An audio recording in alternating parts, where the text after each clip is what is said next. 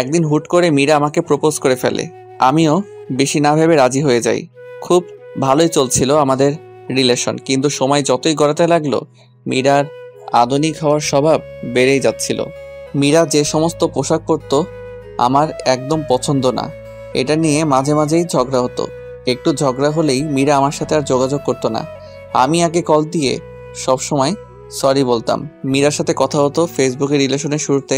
মীরার ফেসবুকের পাসওয়ার্ড আমার কাছে ছিল। আমাদের কলেজে একটা নতুন ছেলে ভর্তি হয়। ছেলেটার নাম সাগর। ছেলেটা কলেজে আসতো দামি বাইক নিয়ে। ছেলেটার সাথে মেয়েরা গায়ে পড়ে কথা বলা শুরু করে এবং মীরাও ব্যতিক্রম কিছু করলো না। ইদানিং মীরা আমার সাথে কলেজে একদম কথা বলে না। একদিন মীরা বলল, শোনো, আমি চাই না কলেজের সবাই আমাদের রিলেশনের বিষয়ে জানুক, তাই এখন থেকে আমি কলেজে তোমার থেকে দূরেই থাকতে চাই। আর তুমিও আমাকে এখন থেকে কলেজের ভেতরে ডাকাডাকি করবে না। আমি মীরার প্রতি খুব দুর্বল ছিলাম। প্রথম প্রেম তো একটু বেশি কাজ করতো আবেগ। আমিও কলেজ টাইমে মীরাকে কিছু বলতাম না। একদিন আমি একটু আগেই কলেজে গিয়েছিলাম। সাধারণত মীরা সবসময় আগেই কলেজে আসতো, কিন্তু আমি ক্লাস শুরু হওয়ার কিছুক্ষণ আগে যেতাম। ওই দিন কলেজে গিয়ে এমন কিছু দেখব তা কল্পনাও করতে পারি নাই। মীরা আর সাগর বকুলতলায় বসে বসে কথা বলছে। শুধু কথা বলছে বলে ভুল হবে, একজন হাসতে হাসতে আর একজনের গায়ের উপর পড়ছে। আমি কোনোভাবে এটা মানতে পারলাম না। সাথে সাথেই কলেজ থেকে চলে আসলাম। ভেতরটা আমার দুমড়ে মুচড়ে যাচ্ছে। মীরা কেমন করে সাগরের মতো ছেলের সাথে এভাবে কথা বলবে? কোনো ধরনের সম্পর্ক ছাড়া এভাবে কেউ কথা বলতে পারে না। তাই ভাবতে লাগলাম। রাতে মীরাকে মেসেজ দিলাম, কিন্তু রিপ্লাই দিচ্ছে না। কল দিলাম, কল ধরছে না। এভাবে কিছুক্ষণ কল দেওয়ার পর ফোন বন্ধ দেখাচ্ছে। আমার তো মাথায় কিছুই ঢুকছে না। কি হচ্ছে আমার সাথে? মীরা আমাকে ব্লক করে দিছে। কিছুক্ষণ ভেবে মীরার ফেসবুক আইডিটা আমি লগ ইন করতে গিয়ে বুঝতে পারলাম মীরা ওর আইডির পাসওয়ার্ডটা পাল্টে নিয়েছে। আমি কোনোভাবেই আর মীরার সাথে যোগাযোগ করতে পারলাম না। পরের দিন কলেজে গিয়ে আমি মীরার সাথে কথা বলার চেষ্টা করলাম। তখন মীরা যা বলল তা সারা জীবন মনে থাকবে। আমার তোমার প্রতি কোনো ফিলিংস কাজ করে না। আমার তোমার সাথে আর থাকা সম্ভব না। তাই আমি আমাদের সম্পর্কটা এখানেই শেষ করতে চাচ্ছি। আজ থেকে তুমি তোমার মতো, আমি আমার মতো।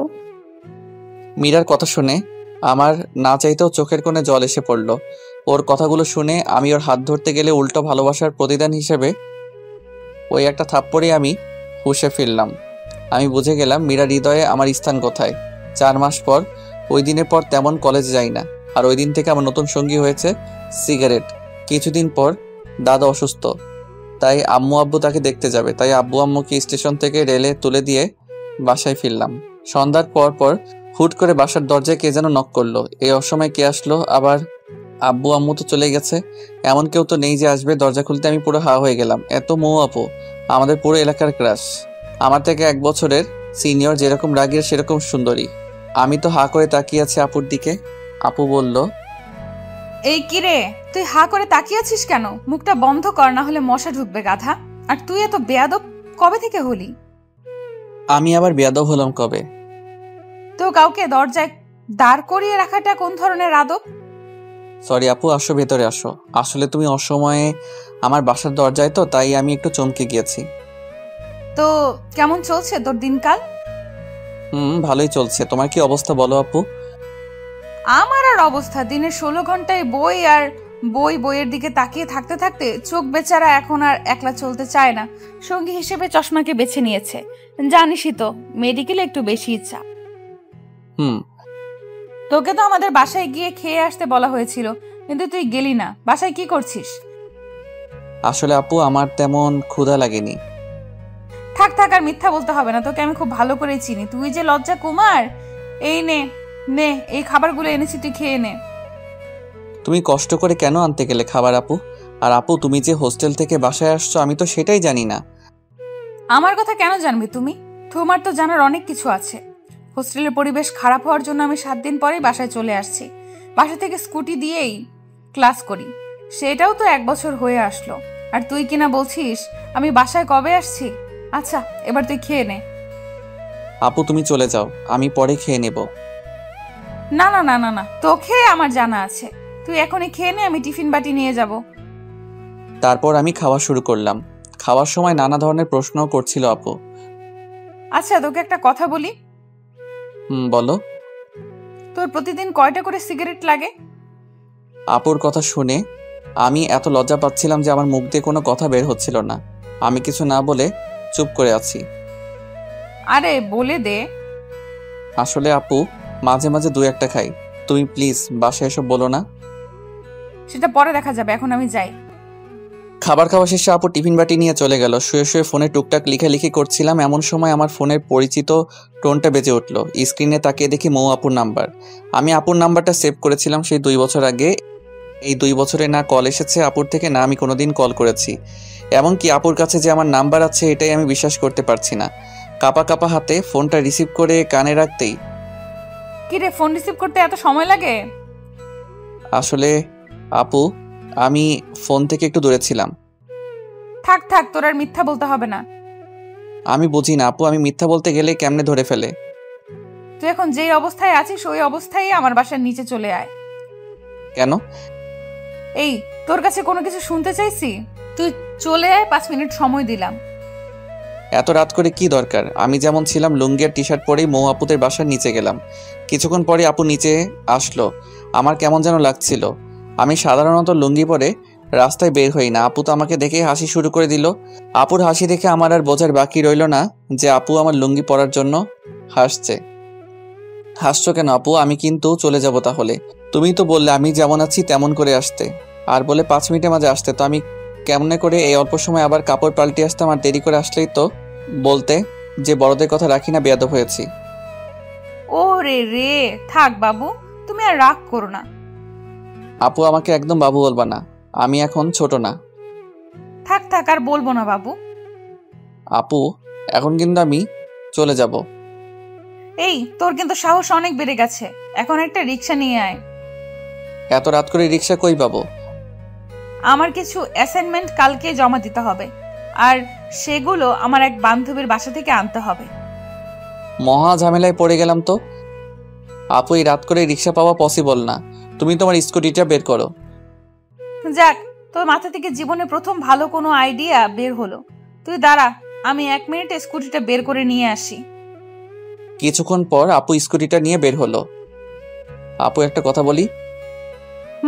বল। আমি ড্রাইভ করি। আচ্ছা, এনে ধর। সত্যি বলতে আমি জীবনে কখনো কোনো লেডি বাইকের পেছনে বসিনি, আর বসতেও চাই না। মেয়ে মানুষের ড্রাইভিংয়ে আমি কমফোর্ট ফিল করি না। আমি ড্রাইভ করছি, আপু আমার পেছনে বসে আছে। এলাকা থেকে বের হওয়ার সময় মোড়ের টং দোকানে এলাকার উঠতি বসে ছেলেদের চোখ আমাদের এড়ালো না, সবাই হাঁ করে তাকিয়েছিল। কিছুক্ষণ পর আপুর বান্ধবীর বাসার সামনে এসে উপস্থিত হলাম আমরা। আপু আমাকে বাইরে দাঁড় করে রেখে চলে গেল তার বান্ধবীর বাসায়। আমাকে যাওয়ার জন্য জোর করলেও আমি গেলাম না। প্রায় 20 মিনিট পর আপু বের হলো বাসা থেকে। এত দেরি করলো কেন? কিছু পেজ লেখার বাকি ছিল, সেটা লেখার জন্য দেরি হলো। আচ্ছা, এবার চলো। চল। কিছুক্ষণ যাওয়ার পর হুট করে আপু বলল, রবিউল, বাইক থামা। আমি বাইক থামালাম। কেন থামাতে বললে আপু? চল ফুচকা খাই। এখন এই রাত করে ফুচকা খাবে তুমি? আমরা দুজনই খাবো। আসলে রবিউল, জানিস, আমি জানি না আমি দেখতে কতটা ভালো বা খারাপ, কিন্তু জানিস ফুটপাতে বা কোথাও গিয়ে কিছু খেতে চাইলে হয়তো ছেলেরা টিস করবে, আর সেটা না হলে এমন ভাবে তাকিয়ে থাকবে যেন খাবারের বদলে আমাকে গিলে খাবে। তার জন্য ইচ্ছে থাকা সত্ত্বেও বেশিরভাগ সময়ই বাইরের কোনো কিছু খাই না আমি। এখন তুই আছিস পাশে, প্লাস লোকজনও নেই তেমন, তাই খেতে ইচ্ছে হলো। আচ্ছা চলো আপু। আমরা দুজনে মিলে ফুচকা খেলাম। আপু খুব ফুচকা পছন্দ করে, সেটা আমি বুঝতে পারলাম। খাওয়া শেষ করে চলে আসলাম আমরা। আপুকে বাসায় নামিয়ে আমি চলে আসলাম আমার বাসায়। এসে আমি চলে গেলাম ছাদে। 5-7 ঘন্টা হয়ে গেছে সিগারেট থেকে দূরে আছি। খুব প্যারা হয়ে গেছে সিগারেটের জন্য। 2টো সিগারেট আর লাইটার নিয়ে চলে গেলাম। কেন জানি আজকে আপুর সাথে কথা বলার সময় বেশ কয়েকবার মীরার কথা মনে পড়েছিল আমার। ছাদের এক কোণায় দাঁড়িয়ে সিগারেট মাঝের তামাক পাতাগুলোকে পুড়িয়ে ধোঁয়াগুলো হৃৎপিণ্ডের চারপাশ দিয়ে ঘুরিয়ে সেগুলোর সাথে মীরার স্মৃতিগুলোকে বাহিরে বের করে আকাশের দিকে তাকিয়ে হাওয়াতে মিশিয়ে দিচ্ছি। মধ্যরাতে আমি রুমে আসলাম। এই মধ্যরাতটা খুবই অদ্ভুত।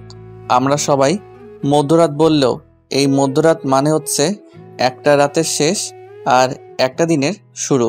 এরকম অনেক মধ্যরাত যে নির্ঘুম পার করেছি। সকালবেলা দরজায় কড়া নাড়ার শব্দে আমার ঘুম ভাঙলো। দরজা খুলতেই আমার চোখ তো পুরো আটকে গেল। মৌ আপুকে মেডিকেল কলেজের ড্রেসে দেখে আমি পুরো হা হয়ে তাকিয়ে আছি। এই আবার হা করে তাকিয়ে আছিস কেন? গলা দিয়ে মাছি ঢুকবে। আসলে আপু, তোমাকে খুব ভালো লাগছে কলেজ ড্রেসে। হয়েছে হয়েছে, এত বেলা অবধি ঘুমানো স্বাস্থ্যের জন্য খারাপ। আপু, জানি আমি ভালো ভালো কাজ করলে যে সবকিছু আমার সাথে ভালো হবে সেই কথা আমি বিশ্বাসী না। আচ্ছা আচ্ছা, তোর এই কাপ্রিক কথা আমাকে বলতে হবে না। এই নে তোর খাবার, তাড়াতাড়ি খেয়ে নে। এখন খাবো না, তুমি কলেজ চলে যাও, আমি পরে খেয়ে নেব। না, তুই এখনই খেয়ে নে। আমাকে আজকে কলেজে তোকে ড্রপ করতে হবে। আমার স্কুটির চাকায় প্যারেক ঢুকেছে, তাই তুই তো জানিসই গাড়ি ধরে যেতে চাইলে আমি আর কলেজে পৌঁছাতে পারবো না। ইচ্ছে থাকা না সত্ত্বেও এখন আমাদের কলেজ ধরেই মৌ মেডিকেল কলেজের সামনে দিয়ে নিয়ে যেতে হবে। 4 মাস যাবৎ আমি শহরে বের হই না, ভালো লাগে না লোকালয়ে এখন আর আমার। সত্যি বলতে আমি আর আমাদের কলেজে যেতে চাই না। তার বড় কারণ হলো মীরা আর আমার অসংখ্য স্মৃতি রয়েছে ওই কলেজের সাথে। খাওয়া দাওয়া করে রেডি হয়ে মৌ আপুকে নিয়ে বের হলাম, সাথে আমার আব্বুর দেওয়া ডিসকভার 100cc গাড়িটি। নিজের বাইক থাকার জন্য আমি মাঝে মাঝে বাইক নিয়ে যেতাম কলেজে, কিন্তু কম দামি হওয়ায় মীরা কখনো আমার বাইকে চড়েনি, আমিও কখনো জোর করিনি। আমার নিজেরও কিছুটা লজ্জা লাগতো। কলেজের সবারই প্রায় দামি দামি বাইক, আর সেখানে আমার এত কম দামি বাইক। আমি নিজেও তাই কলেজে খুব বেশি নিয়ে যেতাম না বাইক, বাস ধরে যেতাম কলেজে। অনেক দিন পর আমার বাইক বের করলাম। আব্বু খুব যত্নে রাখতো বাইকখানা। আপুকে নিয়ে কলেজের উদ্দেশ্যে রওনা দিলাম। বাইকের মিটার 50-এর আশেপাশে, স্বাভাবিকভাবে চালাচ্ছিলাম বাইক। আচ্ছা রবিউল, একটা কথা বলবি আমায়? তোর মনে ঠিক আমার সম্পর্কে কি ভাবনা আছে? ঠিক বুঝতে পারলাম না আপু, তোমার সম্পর্কে কি ভাবনা থাকবে আর? মানে আমি তোর কাছে মানুষ হিসেবে কেমন? তুমি একটু রাগী, কিন্তু মনটা খুব ভালো তোমার। বেশ কিছুক্ষণ পর আমি আমার কলেজের সামনে গিয়ে আটকে গেলাম রাস্তায় জ্যামের জন্য। বেশ কিছু বন্ধুর সাথে রাস্তায় দেখা হলো। আমার পেছনে মৌ আপুকে দেখে তো সবাই জেলাস ফিল করছিল। খুব কাছের কয়েকজন বলে দিল, দোস্ত তাহলে ডক্টরের সাথে হয়ে গেল। এরকম কমেন্ট আমি লজ্জায় মাথা তুলতে পারছিলাম না। আপুর দিকে তাকিয়ে দেখে উনি মুচকি মুচকি আসছে। সামনে একটা বাসের চাকা ফেটে গিয়েছে। কমপক্ষে 20 মিনিট তো লাগবেই। যেখানে বাঘের ভয় সেখানেই রাত হয়। দেখে আমার বন্ধু রাতুল আসছে। আমাকে পচানোই ওর সবচেয়ে প্রিয় স্বভাব। দোস্ত, তুই এখানে আটকে আছিস? আর ওইদিকে পুরো কলেজের তো এখন টপ নিউজ তোর ডক্টর গার্লফ্রেন্ড। তা দোস্ত, ভাবি কিন্তু দেখতে আগুন সুন্দরী। এতদিন তাহলে কলেজে না আসে ভাবিকেই সময় দিতে ভালোই। তো ভাবির সাথে একটু পরিচয় করিয়ে দে, নাকি সেটাও দিবি না? আমি কিছুই বলতে পারছি না। ভাবি, আমি রাতুল, আমি রবিউল, একই সাথে একই বিভাগে পড়ছি। আমি মৌ, এখন ঢাকা মেডিকেল কলেজে পড়ছি। মনে মনে তো সে আল্লাহকে ডাকছি। এখন যদি আপু বলে দেয় সে আমার বড় বোন, তাহলে লজ্জায় মাথা কাটা যাবে। আচ্ছা ভাবি, আপনাদের সম্পর্ক কতদিনের? এই তোর এখন এসব জানতে হবে না। রাস্তায় দাঁড়িয়ে কেউ এসব কথা বলে, এখন সময় নেই। আরে দোস্ত, এমন করিস কেন? রাস্তায় তো জ্যাম, আর কতদিন তোর সাথে কথা হয় না। মনে চাইতেছে রাতুলকে কলেজের পুকুরে যদি চুবাইতে পারতাম। আমরা রিলেশনে গিয়েছি 4 মাস হলো প্রায়। আর কিছু জানার আছে কি রাতুল? না ভাবি, আর কিছু বলার নেই। সময় করে একদিন আমাদের ক্যাম্পাসে আসবেন, কিন্তু অনেক আড্ডা দিব। সময় পেলে অবশ্যই আসবো একদিন। হারামজাদা, তোর ভাবি বলার স্বাদ যদি না মিটাই তো আমার নাম রবিউল না। হারামি, তুই আমারে এমন অবস্থায় ফেলেছিস সেটা আমি জানি। জ্যাম ছেড়ে গেছে। রাতুলকে বিদায় জানিয়ে আমি বাইক স্টার্ট দিয়ে আপুকে নিয়ে মেডিকেলের দিকে ছুটলাম। আমার লজ্জার ঘোর এখনো কাটিনি, একদম চুপ করে আছি। কিরে, তোর কি কথা বলা বন্ধ হয়ে গেল নাকি? আসলে আপু সরি, প্লিজ তুমি কিছু মনে করো না। আসলে কলেজের বন্ধুরা এমনই, তিলকে তাল বানিয়ে ফেলে। সেটা আমি বুঝেছি। ধন্যবাদ আপু, তুমি অনেক মিথ্যা বলে হলেও আমার মান সম্মানটা বাঁচিয়ে দিছো। আপুর কলেজের সামনে এসে গিয়েছে, আপুকে নামিয়ে দিয়ে চলে আসলাম। বাসায় এসে শুয়ে আছি। ফোনে আম্মুর সাথে কথা হলো। দাদার অসুখ নাকি আরও বেশি, ওনাদের আসতে ভালোই সময় লাগতে পারে। আমিও তেমন কিছু বললাম না। আপুর সাথে এই 2 দিন সঙ্গ দিয়ে আমার মনটা কিছুটা হালকা হয়েছে। অনেকদিন পর বই নিয়ে বসলাম। বিগত 4 মাসে বইয়ের সাথে সম্পর্ক বিচ্ছেদ ছিল। টানা 4-5 ঘন্টার মতো পড়লাম। হুট করেই মৌ আপুর কথা মনে হলো। আপুকে তো আমি রেখে আসছি কলেজে। আপু যদি আসার সময় গাড়িতে করে আসতে চায় তাহলে অনেকগুলো বাস পাল্টিয়ে আসতে হবে, অনেক টাইম লেগে যাবে। কেন যেন আমার অবচেতন মনের কথা শুনে আমি বাইক নিয়ে চলে গেলাম আপুকে নিয়ে আসার জন্য। আপুর কলেজের সামনে গিয়ে দেখি 3:20 বাজে। বেশ কিছুক্ষণ ওয়েট করার পর আপুকে দেখতে পেলাম। আপু কিছুটা দূর থেকে আমাকে দেখে একটা তৃপ্তির হাসি দিল। আপুর হয়তো আমাকে দেখে অবাক হলো। কি রে, আবার কি মনে করে এসেছিস? কেন, এসে কি তোমাকে ঝামেলায় ফেললাম নাকি? আমি কি তোকে বলছি নাকি তুই এসে আমায় ঝামেলায় ফেলেছিস? তুই অনেক দায়িত্বশীল হয়ে গিয়েছিস দেখা যাচ্ছে। আপুকে নিয়ে আসার সময় আপু বাইক থামিয়ে হোটেলে খাবারও খাওয়ালো আমায়। আপু হয়তো আমার চেহারা দেখে বুঝেছিল আমি দুপুরে খাবার খাইনি। যদিও আমি বাইরের খাবার খুব একটা খাই না, কিন্তু আপুর জোরাজোরিতে তবুও খেতে হলো। আপুকে বাসার সামনে নামিয়ে দিয়ে আমি চলে আসলাম বাসায়। সারা দিনটা ভালোই কাটলো। অনেকদিন পর একটা সম্পূর্ণ দিন ভালো কাটলো। সন্ধ্যার পরপরই পড়তে বসলাম। রাত 9টার দিকে কলিং বেলের শব্দ। ক্রিং ক্রিং। আপু আসছে। আপু টিফিনের বাটিটা আমার হাতে দিয়ে বলল, যা তাড়াতাড়ি একে গরম গরম খাবার খেয়ে নে। আপু, প্রতিদিনই আমার প্রিয় প্রিয় খাবার রান্না হয় নাকি তোমাদের বাসায়? আরে সেরকম না, কাকতালীয় ভাবেই হয়তো তোর প্রিয় খাবারগুলোই রান্না হচ্ছে আমাদের বাসায়। আমিও ব্যাপারটা সিরিয়াসভাবে না নিয়ে খাওয়া শুরু করলাম। অর্ধেক খাওয়ার পর তাকিয়ে ভদ্রতার খাতিরে আপুকে জিজ্ঞাসা করলাম, আপু তুমি খেয়েছো রাতের খাবার? না, আমি খাইনি। আমি একটু লেট করেই খাই রাতের খাবার। বলো কি, তোমাকে বসিয়ে রেখে আমি খেয়ে যাচ্ছি? এত খাবার আমি এমনিতেও খেতে পারবো না, আসো দুজনে মিলে খাই। না, তুই খেয়ে নে। কি হবে খেলে? ছোটকালে তো অনেকবার দুজন মিলে খেয়েছি আমরা। বাহ, তোর দেখি ছোটবেলার কথাও মনে আছে। তো মনে না থাকার কি আছে? আমার সবকিছুই ভালোভাবে মনে আছে ছোটকালের। আসো আপু, আমি তোমাকে খাওয়াই দেই। আপু না করলো না, এগিয়ে আসলো আমার দিকে। আমি আপুকে খাওয়াই দিলাম। যদিও আমি আমার লাইফে কাউকে কখনো খাইয়ে দেইনি, তাই আমার একটু কষ্ট হচ্ছিল। আপু সেটা ঠিকই বুঝতে পারলো। রবিউল, তোর বউটা খুব ভাগ্যবতী হবে, দেখিস তোকে অনেক ভালোবাসবে। আপুর কথা শুনে লজ্জা পেলাম আমি খুব। খাওয়া শেষ করে আমি আর আপু আরও বেশ কিছুক্ষণ গল্প করলাম। গল্প করতে করতে ঘড়ির দিকে তাকিয়ে দেখে 11টা বেজে গিয়েছে। আপু, অনেক রাত হয়ে গিয়েছে, চলো তোমাকে তোমার বাসায় দিয়ে আসি। আপুকে বাসায় দিয়ে পর্যন্ত পৌঁছে দিতে গিয়ে কাকা কাকির সাথে দেখা হলো। কেমন আছো রবিউল তুমি? ভালো আছি। আপনারা কেমন আছেন? এই তো বাবা, আছি ভালোই। তুমি একদমই তো ভুলে গিয়েছো আমাদের। ছোটকালে সারাদিন থাকতে ময়ের সাথে, এখন বড় হয়ে বছরে একবারও আসতে পারো না। আমরা তো তোমাকে নিজের ছেলের মতনই দেখি। আসলে কাকি তেমন না, পড়াশোনার চাপে আমি বাসা ছেড়ে খুব কম বের হই। আর বোঝাতে হবে না, আজকে রাতে এখানেই থাকো। বাসায় তো কেউ নেই, আর বাসায় যেতে হবে না। এমন ভাই বললো কাকি, আমি না করেও কাজ হলো না। একটু ফ্রেশ হয়ে শুয়ে পড়লাম। ঘুম ঘুম ভাব হতে আপু আসলো রুমে। কিরে, তুই দরজা না লাগিয়ে ঘুমিয়েছিস? দরজা লাগানোর কথা মনে ছিল না। তো কি মনে করে তুমি এই রুমে? কিছু মনে করো না, দেখতে আসলাম তোর ঘুম হচ্ছে কিনা। এই রুমে মশারিও নেই, তাই কয়েল নিয়ে আসলাম। ধন্যবাদ আপু। অল্প অল্প মশাই কামড়াচ্ছে। আপু মুখ ধুয়ে আসছে, কানের পাশটায় বিন্দু বিন্দু পানি গড়িয়ে পড়ছে। আমি লুকিয়ে দেখতে লাগলাম আপুর দিকে, কিন্তু যা হবার তাই হলো। আপুর চোখে ধরা খেলাম। কিরে, তুই হা করে কি দেখছিস? আমি আমতা আমতা করে বললাম, কই কিছু না। খুব চালাক হয়েছিস তাই না? বলে আপু মাথায় দিল একটা থাপ্পড়। মোটেও চালাক না আমি, আপু খুব বোকাশোকা ছেলে আমি। গল্প করতে করতে একসময় আপু সোফাতেই ঘুমিয়ে পড়লো। আমি কয়েকবার ডাক দেওয়ার পরও ঘুম ভাঙলো না। খুব ইনোসেন্ট লাগছিল আপুকে। আমি আর আপুর ঘুম ভাঙাতে পারলাম না। একটা চাদর দিয়ে দিলাম আপুর উপর দিয়ে। আমিও বিছানায় শুয়েছিলাম। কখন যে ঘুমিয়ে গিয়েছি জানিই না। খুব ভোরবেলাতে আপুর ডাকে ঘুম ভাঙলো। এই তাড়াতাড়ি উঠে পড়, আর এই নে তোর জন্য চা এনেছি। কাপটা হাতে নিতে ঘুম ঘুম চোখে একটা চুমুক দিতে চোখ থেকে সকল ঘুম নিমিষেই উধাও। আপু খুব সুন্দর হয়েছে।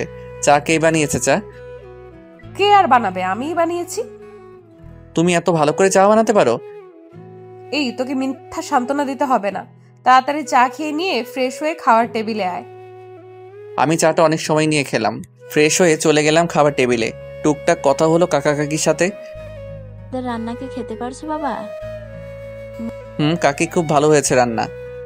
ওই রান্না করছে কয়েকদিন যাবত, তাই জিজ্ঞাসা করলাম আর কি। তাই নাকি?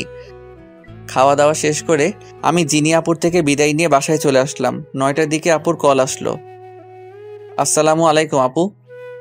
ওয়ালাইকুম সালাম। কি করছিস? বসে আছি। আমাকে একটু কলেজে রেখে আসবি? আমার স্কুটি তো ঠিক করা হয়নি। আজকে আমার 11:30 থেকে ক্লাস। আচ্ছা, একসাথেই যাবনি। ওকে, তুই যখন বের হবি তখন আমায় কল দিস, তাহলেই হবে। আচ্ছা আপু। কিছুক্ষণ পর রেডি হয়ে বাইক নিয়ে চলে গেলাম আপুর বাসার নিচে কল দিয়ে আপুকে আসতে বললাম। কিছুক্ষণ পরে আপু এসে উপস্থিত হলো। তারপর আপুকে নিয়ে রওনা দিলাম। মনে মনে গান গাইতে ইচ্ছে করছিল, এই পথ যদি শেষ না হয় তবে আপু কেমন হবে তুমি বলো তো? হ্যাঁ, বাকিটা তো আর মনে নাই, মনে না থাকাই ভালো। আপু এই গান শুনলে চলন্ত বাইকে আমার গলা টিপে ধরবে। আমি ক্লাস 7-এ পড়ি, আপু পড়তো 8-এ। আপুর সাথেই আমি স্কুলে যেতাম। ছোটবেলাতে আপু আর আমি সবসময় একসাথে স্কুলে যেতাম। হাই স্কুল জীবন থেকে আপুর পিছনে এলাকার বিভিন্ন ছেলেরা ঘুরতো। আমাদের এলাকার সিনিয়র এক ভাই ছিল। ভাই টুকটাক পলিটিক্স করতো, এলাকায় খুব প্রভাব ছিল, তার জন্য সবাই ভয় পেত কম বেশি। ভাইয়ার নাম ছিল আকাশ। উনি আপুকে ওই সময় খুব পছন্দ করত। প্রতিদিনই স্কুলে যাওয়া আর আসার সময় আপুর জন্য রাস্তায় দাঁড়িয়ে থাকতো। এভাবে 6 মাস চলে যায়। বেচারা ভাইয়ার জন্য ওই ছোট বয়সে আমারই মায়া জন্মে গিয়েছিল। একদিন সাহস করে আপুকে প্রপোজ করে ভাইয়া। আপু সরাসরি কোনো ভনিতা না করে জানিয়ে দেয় আপু কোনো রিলেশনশিপে যেতে পারবে না, কিন্তু ভাইয়া তবুও হাল না ছেড়ে আপুকে ফলো করতো। একদিন আবারও কথা বলার জন্য আপুকে ডাক দেয়। আপু ওই দিন না দাঁড়িয়ে হাঁটা শুরু করতে গেলে ভাইয়া আপুকে থামানোর জন্য আপুর হাত ধরার চেষ্টা করে, আর সাথে সাথে আপু দাঁড়িয়ে স্যান্ডেল খুলে আকাশ ভাইয়ার গালে বিদ্যুৎ গতিতে 5-7 বার জুতা দিয়ে মারলো। পরে এই বিষয়টা এত ভাইরাল হয় যে আকাশ ভাইয়ার লজ্জায় এলাকা ছেড়ে প্রবাসে পাড়ি জমায়। আমার কলেজের সামনে এসে আমি বাইক থামালাম। আপু তুমি একটু এখানেই দাঁড়াও, আমার কলেজে একটু কাজ আছে, তা শেষ করে আসছি। আচ্ছা। কলেজে এসেছি আমাদের ডিপার্টমেন্ট প্রধান সালাম স্যারের সাথে দেখা করতে। ক্লাস টপার হওয়ার জন্য স্যার আমাকে খুব আদর করতো আর শাসনও করতো খুব। মীরার বিষয়টা জানার পর স্যার নিজে আমাকে কলেজে আসতে মানা করেছিল, কারণ স্যার খুব ভালো করেই জানতো কলেজে আসলেই মীরা আর সাগরকে একসাথে দেখে আমার অবস্থা দিন দিন খারাপই হতো। সত্যি বলতে ক্যাম্পাসের সবাই জানতো কম বেশি ভালোবাসায় কতটা সিরিয়াস ছিলাম। স্যারের চেম্বারে গিয়ে দেখি স্যার নেই। অফিস সহকারীর সাথে কথা বলে জানতে পারলাম স্যার আমাদের ক্লাস নিচ্ছে। আমি আমাদের ক্লাসের সামনে গেলাম, খুব নার্ভাস লাগছে, হয়তো অনেকদিন পর মীরার সাথে দেখা হবে। দরজা খুলে স্যার আসতে পারি? আসো। আসসালামু আলাইকুম স্যার। ওয়ালাইকুম সালাম। কেমন আছো তুমি? ভালো আছি স্যার, আপনার সাথে কিছু কথা আছে। আচ্ছা, আমার ক্লাস শেষ, তুমি আমার রুমে আসো। তারপর স্যারের সাথে কলেজের ব্যাপারে কিছু কথা ছিল, সেগুলো বলে চলে আসলাম আপুর কাছে। তারপর আপুকে নিয়ে কলেজে নামিয়ে দিলাম। ধন্যবাদ, সাবধানে যাবি বুঝলি, আমাকে মেসেজ দিস পৌঁছে। আমি বাধ্য ছেলের মতো মাথা নেড়ে চলে আসলাম। বাসায় এসে আপুকে একটা কল দিয়ে জানিয়ে দিলাম। আপুর সাথে কথা বলে কেমন যেন একটা শান্তি পাই। শান্তিটার মানে কি সেটা আমি জানি না। বিকেলে আবার আপুর কল। কি রে রবিউল, কি করতেছিলি? তেমন কিছু না আপু। কাজ না থাকলে আমায় একটু নিয়ে যেতে পারবি? আমি আসছি। আপুকে নিতে গেলাম। আপুর কথা ভাবতে ভাবতে বাইক চালিয়ে যাচ্ছিলাম। হুট করে আচমকা রাস্তায় কুকুর এসে পড়লো। আমার বাইকের সামনে যা হবার তাই হলো। ব্যালেন্স ঠিক রাখতে পারলাম না, রাস্তার পাশের একটা বড় গাছের সাথে ধাক্কা খেলাম। তারপর আর কিছুই মনে নাই। চোখ খোলার পর নিজেকে হসপিটালে আবিষ্কার করলাম। উপর দিকে তাকিয়ে দেখি আমার হাত ব্যান্ডেজ করে ঝুলানো রয়েছে। ভালো করে চারপাশে তাকাতেই দেখি মৌ আপু আমার পাশে বসে কান্না করছে। আপু আমার চোখ খুলতে দেখেই চোখের জল মুছলো। কান্না করছো কেন আপু? আমার কিছুই হয়নি, ঠিক আছে আমি তোকে আসতে না বললে কিছুই হতো না, সরি, তুই আমাকে মাফ করে দে। আপু তুমি পাগলের মতো কিসব বলছো? আসলে রাস্তায় হুট করে মাঝপথে কুকুর এসে যায়। কুকুর বাঁচাতে গিয়ে আমি ব্যালেন্স হারিয়ে ফেলি। একটু পরেই ডক্টর আসলো। ডক্টর আসার পর বুঝতে পারলাম আমার ডান হাতের হাড় ভেঙে গিয়েছে। আমাকে হসপিটালে আনছে কে আপু? আমি যতদূর জানি একটা গাড়ির ড্রাইভার তোকে পৌঁছে দিয়েছে, আর তোর ফোনে আমার নাম্বার প্রথমে থাকায় আমাকে কল দিয়ে জানায়। তারপর আমি আসছি। আমি এসে রাতুলকে কল দিছি, তারপর রাতুলও আসছে। আচ্ছা আপু, তুমি রাতুলকে কেন কল দিচ্ছ? এখন তো দিলে আমায় বিপদে ফেলে। রাতুলের সামনে যদি তোমাকে আপু আপু করে বলি, তাহলে কলেজে আমার যেটুকু সম্মান আছে তার সবটুকু নিলাম করে দিবে ও। জানো না তো আপু, তুমি রাতুল থাকেই আমাকে পচানোর জন্য সবসময়। প্লিজ আপু, রাতুলকে বুঝতে দিও না যে তুমি আমার বড় আপু। প্লিজ আপু।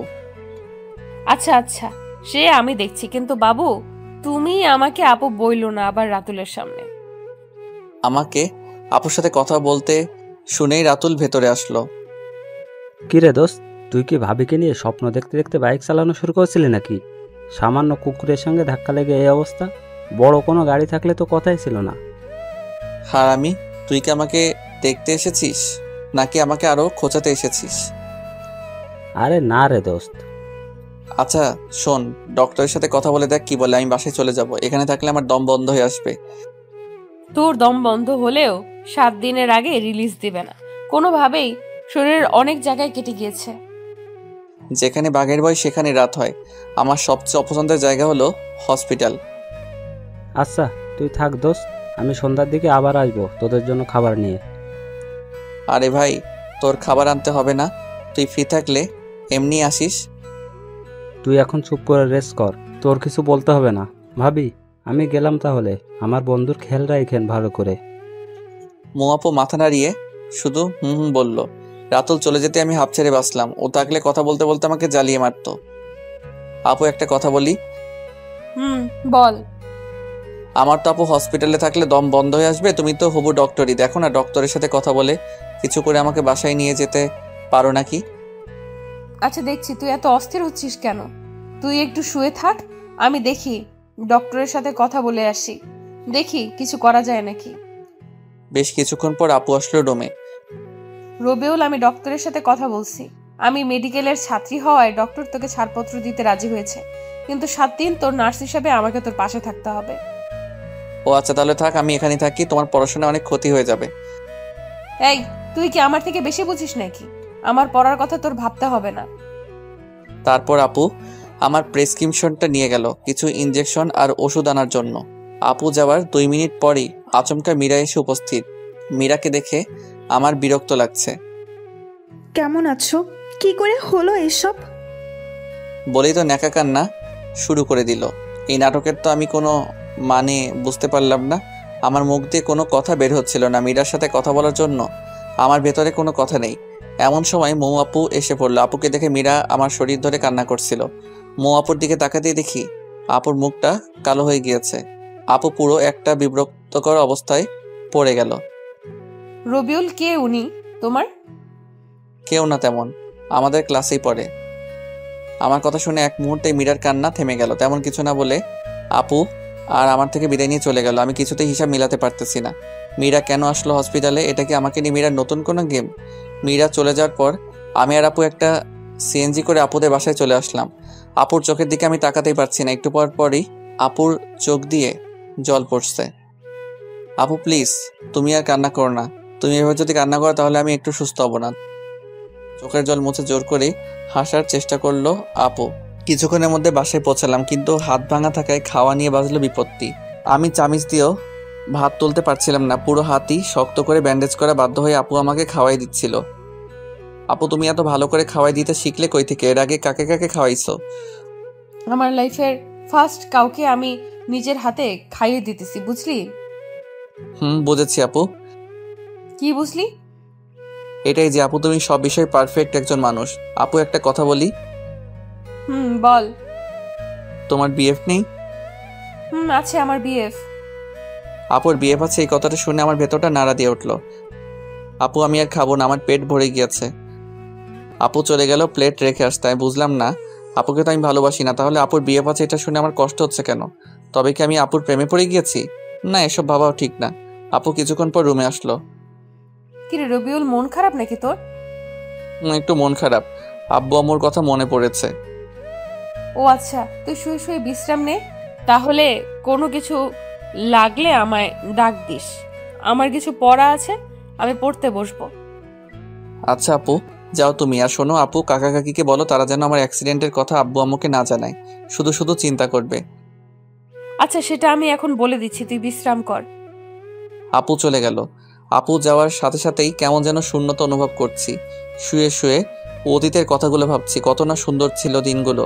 মীরা এসে আমার জীবনটা এলোমেলো করে দিচ্ছে। সত্যিকারের ভালোবাসা মানুষের জীবনকে যেমন সুন্দর করে তোলে, মিথ্যে ভালোবাসা তেমনি জীবনকে বিস্ময় করে তোলে। এজন্যই হয়তো কোনো একজন বলেছেন, মদ খা, পারলে গাঁজা খা, তবু প্রেম করিস না। কলিজাটা পচে যাক, তবু ভেতরটা ভালো থাক। 11টার দিকে আপু আসলো রুমে, সাথে 2 কাপ কফি এনেছে। এই নে কফি খা, ভালো লাগবে। আপুর থেকে কাপটা নিয়ে চুমুক দিতে ভেতরটা শান্ত হয়ে গেল। অসাধারণ কফি বানিয়েছে আপু। কফি খেতে খেতে গল্প করছিলাম। আচ্ছা আপু, তুমি কিন্তু বললে না তোমার বিএফ আছে কিনা? এই তুই আমার বিএফ এর খোঁজ খবর নিয়ে কি করবি বল? তোর কি মনে হয় আমার বিএফ আছে? মেডিকেলে পড়ে আবার বিএফ? আমার সম্পর্ক ওই ডিপার্টমেন্টের বইয়ের সাথে। আপুর কথা শুনে তৃপ্তি পেলাম। আচ্ছা তোর জিএফ নেই? তুই তো ডুবে ডুবে জলপান করিস। সত্যি বলতে আমিও সিঙ্গেল এখন। আপু কিন্তু একটা রিলেশনে ছিলাম। আমি অতীতে, কিন্তু ওই মেয়েটা অল্পতেই ধোকা দিয়ে চলে গেছে। আমার কথা শুনে আপু এভাবে হাসবে এটা আমি ভাবিনি। আপুর হাসির শব্দে আমার হৃদয় খুব আঘাত করলো। আমার কি দোষ নাকি আমার দোষ এটাই, আমি অন্ধের মতো আমার ভালোবাসার মানুষটিকে বিশ্বাস করেছি। আমার চোখ দিয়ে অজান্তেই জল এসে পড়লো। আরে পাগল, সরি, কান্না করে দিতে হবে না। আরে কলেজ লাইফে দু একটা প্রেম বিচ্ছেদের ঘটনা স্বাভাবিক, বুঝলি? দেখিস ওই মেয়ের চেয়েও ভালো একজন আসবে তোর জীবনে। তুই শুধু মন দিয়ে পড়াশোনা কর, ক্যারিয়ারে ফোকাস রাখ। এখন নতুন করে আর রিলেশনে জড়াস না। আর বেশ কিছুক্ষণ গল্প করে আপু আমাকে গুড নাইট জানিয়ে চলে গেল। আমিও ঘুমিয়ে পড়লাম। আপু চলে যাওয়ার পর বেশ কিছুক্ষণ আপুকে মিস করলাম। ধীরে ধীরে আপুর সাথে ক্লোজ হয়ে যাচ্ছি। খুব ভালো লাগে আপুর সঙ্গ। এখন আমার আপুর সাথে যতক্ষণ থাকি একবারের জন্য মীরার কথা মনে হয় না আমার। পরের দিন সকালে কাকি আর মৌ আপু ঝগড়া হচ্ছিল। আমি অবশ্য ঝগড়ার কারণ বুঝতে পারলাম না, শুধু বুঝতে পারলাম আপু যেন কি নিয়ে কাকির সাথে তর্ক করছিল। ভদ্রতার জন্য আমি রুমে ছিলাম চুপচাপ। আপু আমাকে সকালে খাবার খাইয়ে দিয়ে চলে গেল কলেজে। তেমন কোনো কথা বললো না আপু। আমি ভালো করে বুঝতে পারলাম আপুর মন খারাপ। আমিও তাই কিছু জিজ্ঞাসা করলাম না। শুধু মন খারাপ হলে এক কথা, আপুকে দেখে স্পষ্ট বোঝা যাচ্ছে অনেক রেগেও আছে আপু। আপু চলে গেল কলেজে। আপু চলে যাওয়ার পর কাকির সাথে কথা বলে বুঝতে পারলাম মৌ আপুর বিয়ের কথা চলছে। বিয়ের অনেক আগে থেকেই ঠিক প্রায়, কিন্তু আপুর জন্য হয়নি। এসএসসি থেকে কাকা কাকি জোর করছে বিয়ের জন্য, কিন্তু আপু পড়াশোনার অজুহাত দেখিয়ে 3 বছর যাবৎ বিয়েটা আটকে রেখেছে। যে ছেলের সাথে বিয়ে ঠিক সে আপুর খালাতো ভাই, আমেরিকান প্রবাসী। বিয়ের পর হয়তো আপুকেও সাথে করে নিয়ে যাবে। আপুকে আমেরিকার একটা মেডিকেলে ভর্তির ব্যবস্থা করে দিবে। কাকির সাথে কথা বলে আমার ভেতর থেকে যেন শক্তি হারিয়ে গেল। আপুর সংস্পর্শে এসে আমি অনেকটা স্বাভাবিক জীবনে ফিরেছি। আর আপুকে এত তাড়াতাড়ি হারিয়ে ফেলবো এটা আমি কল্পনাও করিনি। সারাটা দিনই রুমে শুয়েছিলাম।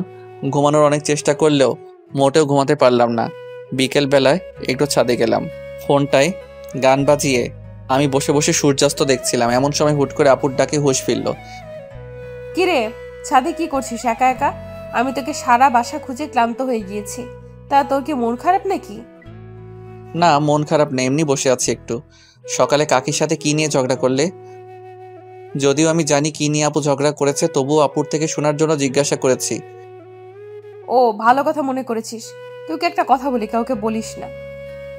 আচ্ছা আপু বলো। আমার বিয়ে ঠিক করেছে আম্মু আব্বু। 3 বছর অনেক কষ্টে আটকে রেখেছি, কিন্তু এবার আর পারবো না রে। আমি হয়তো বিয়ের আগে কোনো পাগলামি করে ফেলতে পারি। তুই কথা দে, আমি যাই করি না কেন তুই আমাকে সাহায্য করবি। আপু এমনভাবে বললো আমি না করতে পারলাম না। আপুকে কথা দিয়ে ফেললাম। যাক, ভালোই লাগছে। আপু তাহলে কোনোভাবে হয়তো নিজের বিয়েটা আটকে দিবে। 10 দিন পার হয়ে গিয়েছে। আজকে আমার ব্যান্ডেজ খুলে দিল আপু। আমি এখন পুরোপুরি সুস্থ। আম্মুর সাথে কথা হয়েছে। আমি বলেছি তোমরা আরো কিছুদিন থাকো, আমার কোনো প্রবলেম হচ্ছে না। আপুদের বাসা থেকে আমরা আমার বাসায় চলে আসছি। ভালোভাবে চলছিল দিন। টুকটাক খোঁজ খবর আপুই নেয় আমার, আর খাবার তো আপুই দিয়ে যায়। এর মধ্যে একদিন রাত 2টায় আপুর কল। আমি একটু ভয় নিয়ে রিসিভ করলাম। এত রাতে আপু কি মনে করে কল দিলা? এই তোকে কয়বার কল দিছি দেখ হারামি, 22 বার কল দিছি এইবার দিয়ে। সরি আপু, আমি ঘুমেছিলাম। আচ্ছা আচ্ছা, কি হয়েছে আপু বলো। কিছু হয়নি, দরজা খুল তাড়াতাড়ি।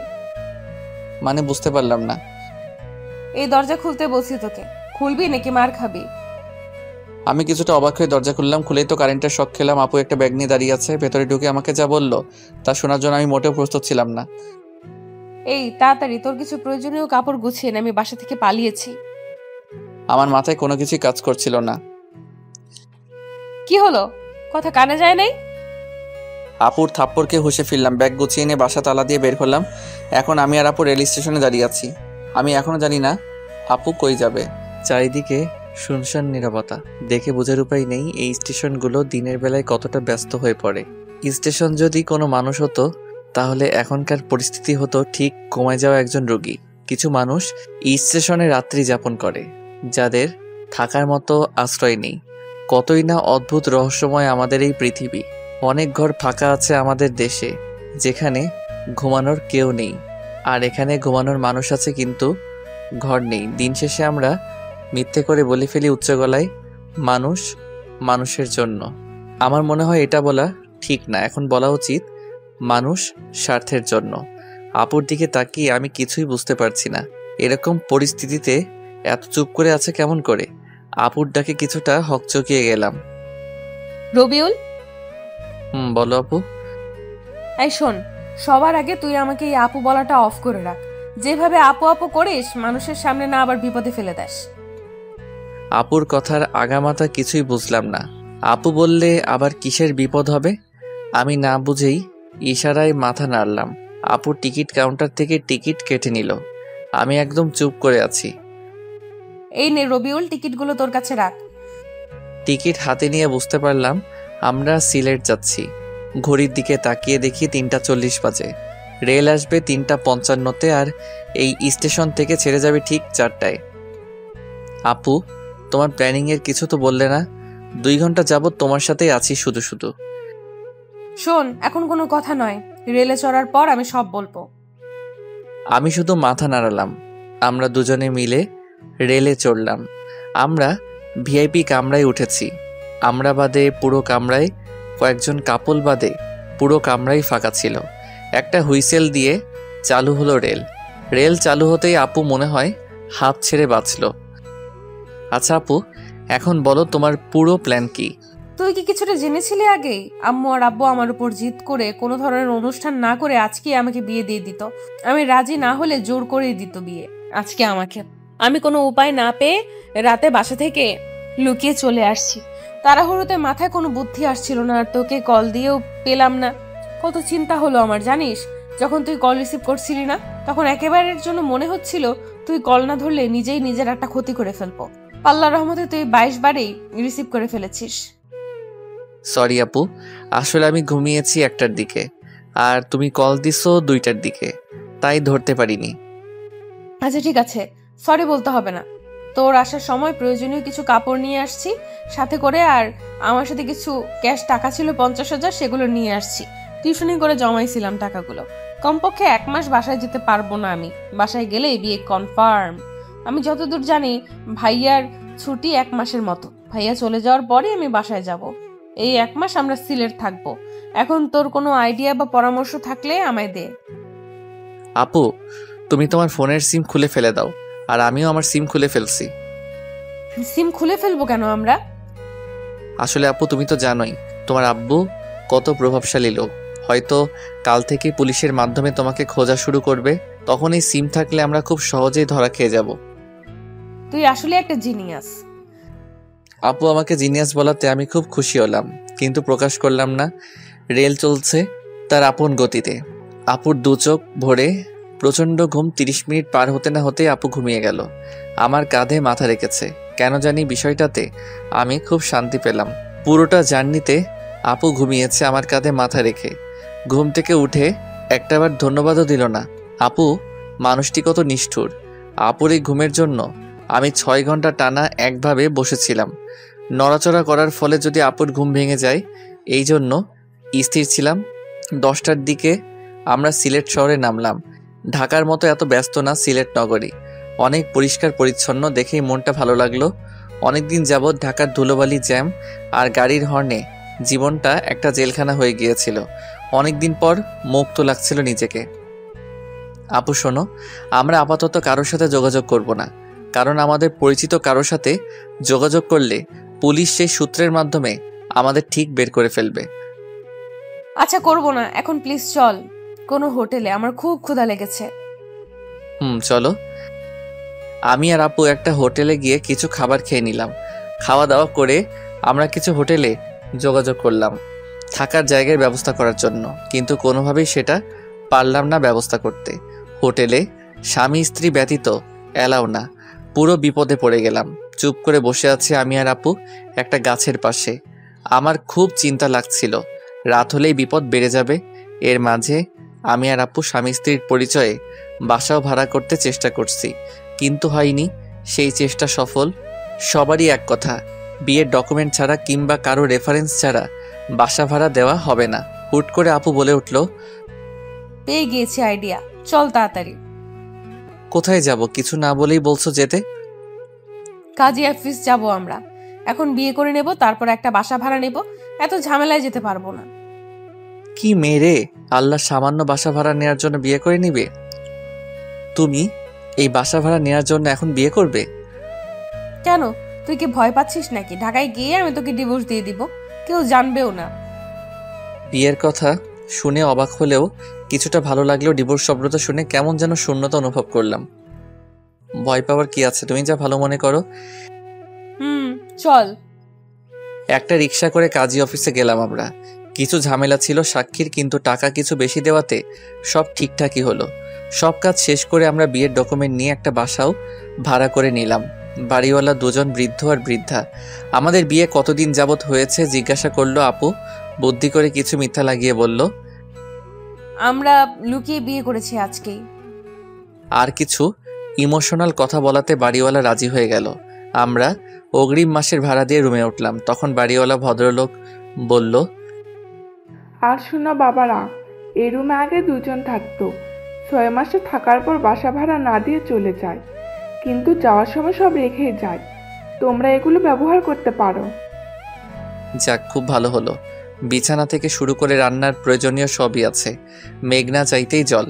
আপিও খুব খুশি হলো। বাড়িওয়ালা চলে গেল। আমি আর আপু বিছানায় বসে আছি। না চাইতেও আমার চোখ দিয়ে জল এসে পড়েছে।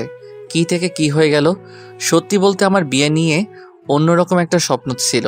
সামান্য কিছু সুবিধার জন্য বিয়ে করতে হলো, অথচ কালেমা থেকে কবুল বলা সবই কতটা দামি।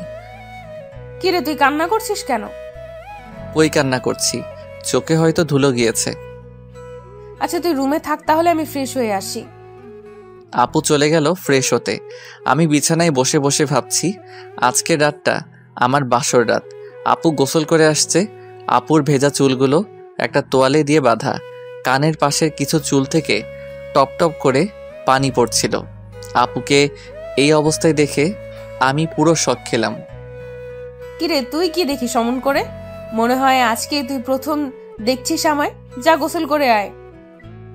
যাচ্ছি। আমি গোসল করে আসলাম। এসে দেখি আপু তার চুল ছেড়ে দিয়েছে শুকানোর জন্য। আপুর এত বড় চুল আমি তো বুঝতেই পারিনি। এর আগে আপুকে যতবার দেখেছি আমি কখন আপুর চুল দেখিনি। আজ দেখে আমি পুরো অবাক। এত পড়াশোনা করে আপু কেমন করে তার চুল সামলাতো? আপু, একটা কথা বলি। বল। আচ্ছা আপু, তুমি কেমন ছেলেকে বিয়ে করতে চাও? তোর মতো ছেলেকে? আমি এগুলো নিয়ে ভাবিনি কখনো। সত্যি কথা হলো, আমি মেডিকেল কোর্স শেষ করে বিয়ে করতে চাই। তার আগে এগুলো নিয়ে ভাবতে চাই না। ও আচ্ছা। আচ্ছা দেখ রবিউল, এখন তো এই বাসায় আমরা কমপক্ষে 1 মাস থাকবো। আর যেহেতু আমরা এখানে স্বামী স্ত্রী হয়ে বাসা ভাড়া নিয়েছি, তাই তুই আমাকে টোটালি আপু বলা অফ কর। সবসময় তুই আমাকে নাম ধরেই ডাকবি। আপু আর নাম ধরে ডাকতে গেলে দেখবি গুলিয়ে ফেলবি। এখানে আমাদের না চাইলেও স্বামী স্ত্রীর মতো অভিনয় করতে হবে। আর সেটা না করলে ধরা খেলে আবার পুলিশও দিতে পারে। এখানকার মানুষ অনেক সচেতন। তো এখন থেকে আমি তোকে তুমি করে বলবো, আর তুই আমাকে নাম ধরেই ডাকবি, ঠিক যেরকম স্বামী স্ত্রীরা কথা বলে। আপুর কথা শুনে ভালোই লাগলো। নিজেকে সত্যি সত্যি জামাই মনে হচ্ছিল। কিন্তু তুমি আবার কিছু মনে করবে না, বলবে না তো যে বেয়াদবি করছি? আরে পাগল তুই, আমি তো বলছি সব করতে। বিপদের জন্যই তো আমরা এসব করছি। আচ্ছা মৌ, খুব ভালোবাসা মিশিয়ে আপুকে নাম ধরে বললাম। রাতের বেলায় আবার বাড়িওয়ালা আসলো আমাদের রুমে। তোমাদের নামই তো ভালো করে জানা হলো না। আন্টি, আমার নাম রবিউল আর ওর নাম মৌ। ও আচ্ছা, তোমাদের খুব ভালো মানিয়েছে। কিন্তু দোয়া করি তোমরা অনেক সুখী হও। এই যে তোমাদের জন্য রাতের খাবার নিয়ে আসছি। এখন তো আর কিছু রান্নাও করতে পারবে না, আর হোটেলও বাসা থেকে অনেক দূরে। তোমরা দুজন মিলে খাবার খেয়ে নিও। আমি আসি তাহলে। আচ্ছা আন্টি। যাক, ভালোই হলো, খুব ক্ষুধা লেগেছিল আমার। আচ্ছা মৌ, চলো আমরা খেয়ে নেই তাহলে। তোমাকে কি খাইয়ে দিতে হবে? আপু আমার দিকে খুব অবাক হয়ে তাকালো। তুই এমন করে কথা বলছিস কেন? কেমন করে বলি? এমন ভাবে বলছিস যেন আমরা সত্যি সত্যি স্বামী স্ত্রী। থাক থাক, কথায় আছে তো, কান আর ভালো করতে নেই। তুমি বললে যেন আমরা স্বামী স্ত্রীর মতন থাকি, আর এখন বলছো আমি কিভাবে কথা বলছি। আর তুমি নিজেই বললে স্বামী স্ত্রীর মতন অভিনয় করতে। হ্যাঁ বলছি তো। তো এখন তুমি আমাকে তুই করে বলছো কেন? সরি, আসলে সারা জীবন তুই করে বলেছি তো, তাই আর কি। আচ্ছা, এরপর থেকে আর হবে না। সরি, তুমি রাগ করো না। আমি তুমি করেই বলবো, কিন্তু দয়া করে এর ফায়দাটা নিও না। যদি কোনো রকম ফায়দা নিতে চাও তাহলে আমি তোমার মাথা ফাটিয়ে দেবো। কি ভয়ঙ্কর মেয়ে রে বাবা। আরে তুমি কি আমাকে ওই ধরনের ছেলে ভাবো? না, সেটা ভাবি না, কিন্তু ছেলে বলে কথা। মৌ, তুমি আমার চরিত্র নিয়ে কথা শোনালে। হয়েছে হয়েছে, এখন আর রাগ আর ঝগড়া করতে হবে না। চলো এখন আমরা ঘুমিয়ে পড়ি। এখনই ঘুমিয়ে পড়বো? কেন, না ঘুমিয়ে কি করব আমরা? ফোনে তো সিম নেই যে একটু অনলাইনে যাব। তাই বলে বাসর রাতে ঘুমানো কি ঠিক হবে? বাসর রাত মানে? আরে দেখো, আমাদের বিয়েতে কোনো ভেজাল নেই, পিওরভাবেই বিয়ের সব কাজ সম্পূর্ণ করেছি আমরা। ইসলামী শরীয়ত মেনেই তো বিয়ে করেছি, সেই হিসেবে আমাদের তো বাসর রাতই আজকে। চলো না মৌ, সকল নিয়ম ভেঙে ফেলি আমরা। আমার কথাগুলো শুনে এক মুহূর্তে আপুর চোখে ভয় চলে আসলো, যদিও কথাগুলো আমি সব বলছি মজা করে। রবিউল, তুমি প্লিজ এইসব বলো না। আমি তোমাকে আমার চেয়েও বেশি বিশ্বাস করি। আমি জানি আমি ভুল করলেও তুমি কোনো ভুল করবে না। সরি, আমি তোমার সাথে একটু মজা করেছি। আপুর নাম ধরে ডাকতে আমার খুব লজ্জা লাগে, কিন্তু তবুও অভ্যাস করে নিতে হবে, কারণ অন্য কেউ আপুর ডাক শুনে ফেললে আবার ঝামেলায় পড়তে হবে। আচ্ছা চলো আমরা তাহলে এখন ঘুমাই, সারাদিন তো অনেক ধকল গেল আমাদের উপর দিয়ে। কিন্তু বিছানায় যেতেই হলো আর এক বিপত্তি, দুজন আমরা এক বিছানায় ঘুমাবো। এই তুমি আমার সাথে ঘুমাবে কেমনে? তুমি নিচে ঘুমাও, আমি বিছানায় ঘুমাবো। আমাকে দিয়ে এত কিছু করিয়ে তুমি কি আমাকে নিচে রাখতে চাচ্ছ? আর এই ঠান্ডায় আমি ফ্লোরে ঘুমালে কালকে আমাকে কবর দিতে হবে। তাও ঠিক। একটা কাজ করো, বিছানার মধ্যে বালিশ দাও, আমি ওপাশে আর তুমি ওপাশে ঘুমাও। আচ্ছা ঠিক আছে। আপু আর আমি শুয়ে আছি, গত 24 ঘন্টায় কত কিছুই না ঘটে গেল।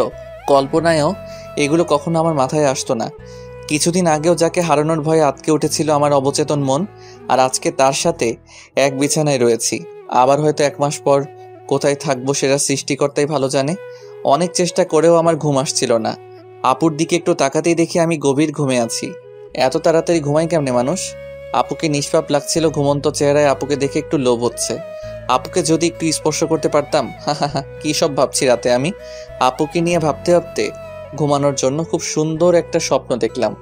সকালবেলায় আপুকে দেখে স্বপ্নের কথা মনে হতেই আমার লজ্জা লাগছিল। রাতে স্বপ্ন দেখেছি আপু আর আমি শুয়ে আছি। আমি কোনো একটা কারণে রাগ করেছি।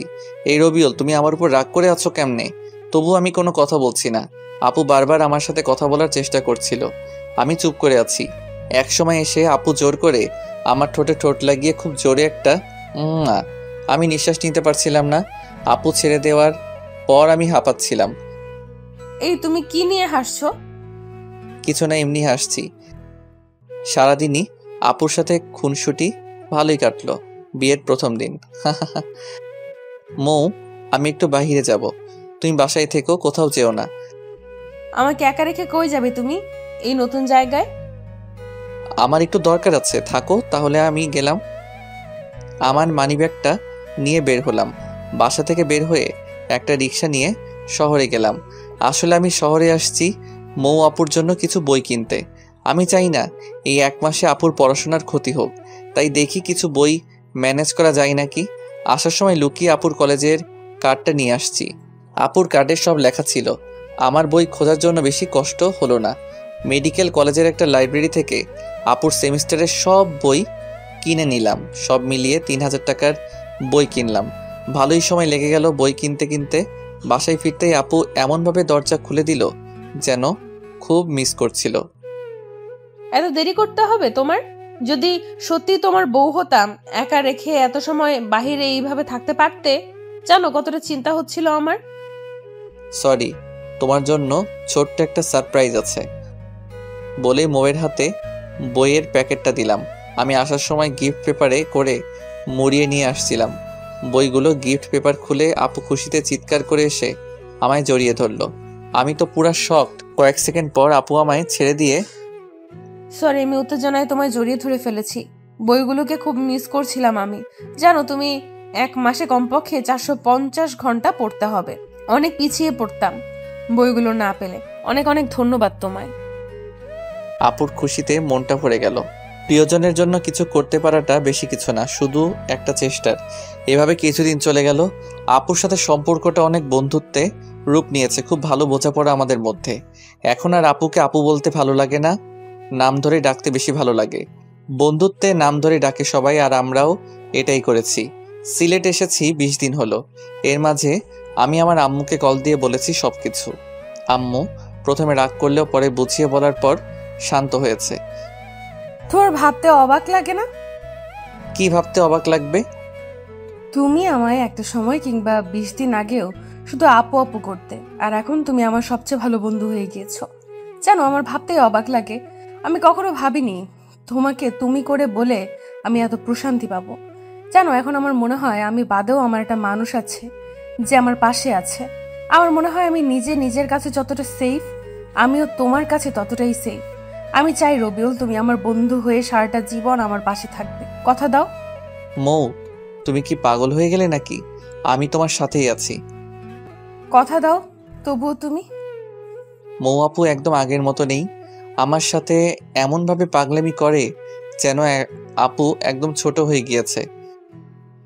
কথা দিচ্ছি, তোমার সাথে আমি ততদিনই থাকবো যতদিন তুমি আমাকে তোমার সাথে রাখবে। এই, তুমি এরকম ফিলোসফিক্যাল কথা বলো কেন? সোজাভাবে বলতে পারো না? থাকবো তোমার সাথেই। তুমি যখন থাকবে না তখন তো আর চাইলেও আমি থাকতে পারবো না। কেন? আমি কই যাব? তুমি তো আর সারা জীবন এরকম থাকবে না। একদিন বিয়ে করে পাড়ি জমাবে অন্যের শহরে, তখন চাইলেও আর তোমার পাশে থাকা হবে না। মৌ একেবারে চুপ হয়ে গেল। আমিও কিছু না বলে রুমের বাহিরে চলে আসলাম। অজান্তেই চোখের কোণে জল এসে গিয়েছে।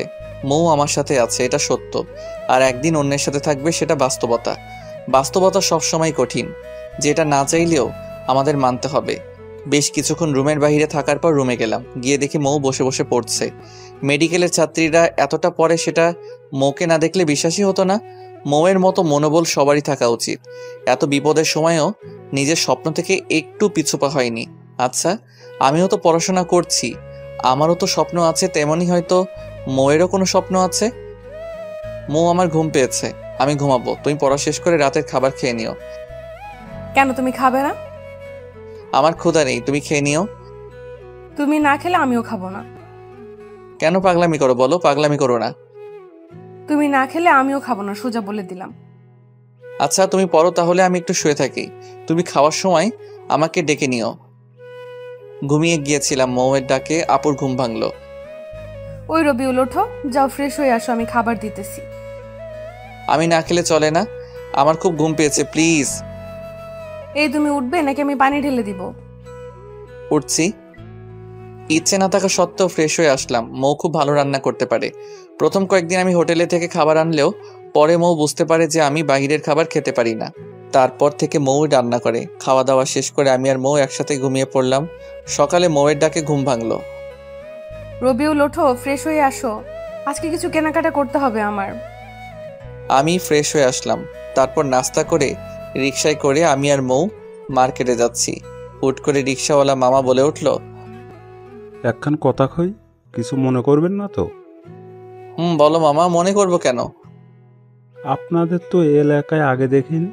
আপনারা কি নতুন আসছেন এই এলাকায়? মামা, আমরা নতুন আসছি। আচ্ছা মামা, আপনারা কি নতুন বিয়ে করছেন তাই না? কিন্তু কেন? না, এমনিই জিজ্ঞেস করলাম। আপনাদের খুব ভালো মানিয়েছে।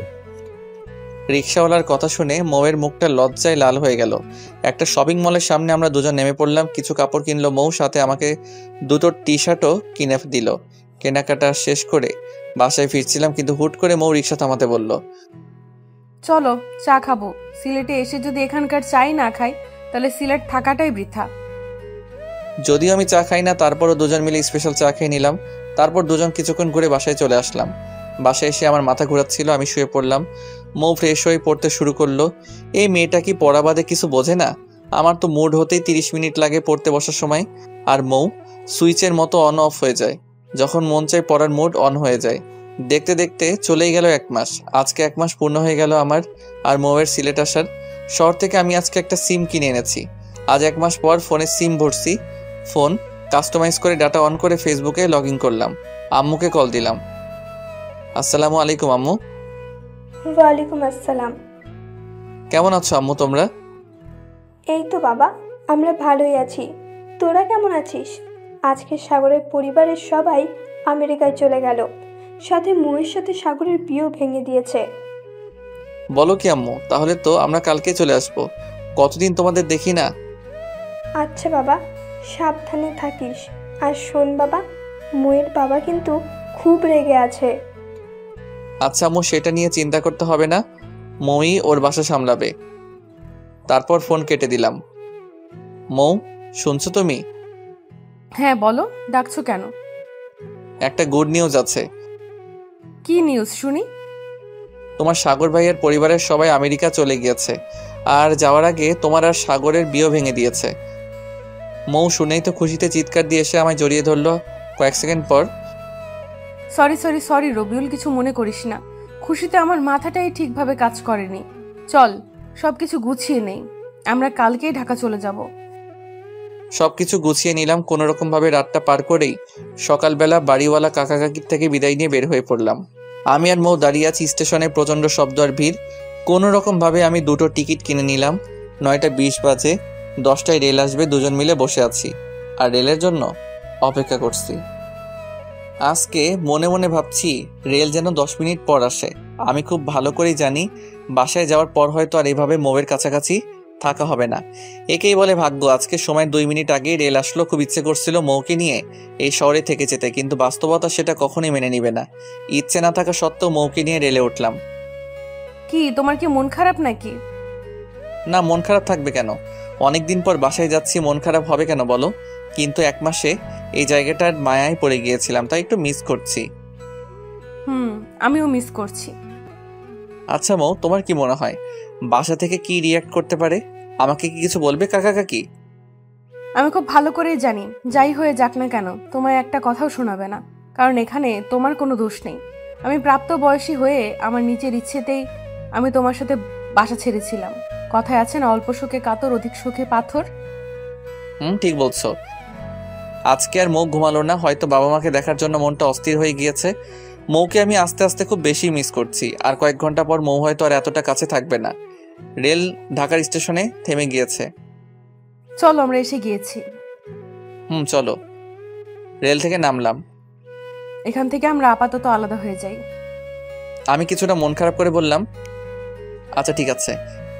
আমি স্টেশনে দাঁড়িয়ে আছি, মৌ একটা রিক্সা নিয়ে চলে যাচ্ছে। মৌ চলে যাচ্ছে, কিন্তু কেন যেন মনে হচ্ছে আমার সবকিছুই নিয়ে যাচ্ছে।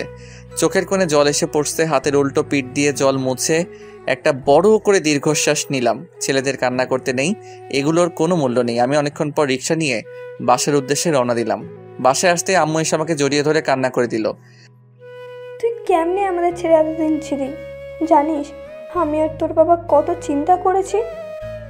আমি আমার ভুলটা বুঝতে পারলাম। প্রত্যেকটা সন্তান তার বাবা মায়ের কাছে কতটা প্রিয় সেটা হয়তোবা আমরা বাবা কিংবা মা না হওয়া অবধি বুঝতে পারবো না। অনেকদিন পর বাবা মার সাথে রাতের খাবার খেলাম। পৃথিবীতে যত রান্নাই হোক না কেন, মায়ের হাতে রান্নার উপরে কিছুই নেই। খুব তৃপ্তি নিয়ে খেলাম, খাওয়া দাওয়া করে রুমে চলে আসলাম। মনে মনে মৌয়ের উপর খুব রাগ হচ্ছে। মেয়েটা কতটা স্বার্থপর, একটা কলও দিল না। আর আমি কিনা এই মেয়েটার জন্য 1 মাস বাসা ছেড়ে দিলাম। খুবই রাগ হচ্ছিল মৌয়ের উপর। আমি রুমে শুয়েছিলাম, একটু পরই বাসায় কথা শব্দ শুনতে পেলাম। কোনো আত্মীয় আসছে হয়তোবা, কিন্তু সেদিকে আমার কোনো মাথা ব্যথা নেই। একটু পর আমাকে আম্মু এসে ডাক দিল। আমি গিয়ে দেখি মৌয়ের আব্বু আম্মু আসছে। আচ্ছা রবিউল, তুমিও তো একবার বলতে পারতে নাকি? আমরা তো তোমাদের বাবা মায়ের মতনই।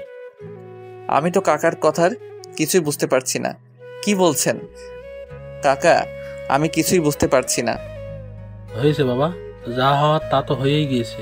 এখন আর ওইসব নিয়ে কথা বলি কিছু যাবে আসবে না। তো বিআই সাহেব বলেন কবে বিয়ের ডেট দেবেন? আমরা কিন্তু একটু দেরি করতে চাচ্ছি না। আর রবিউলের সাথে বিয়ে হলে তো অনেক ভালোই হবে, সারা জীবন আমাদের কাছেই থাকতে পারবে। আচ্ছা বেয়াই, তাহলে দেরি করতে হবে না।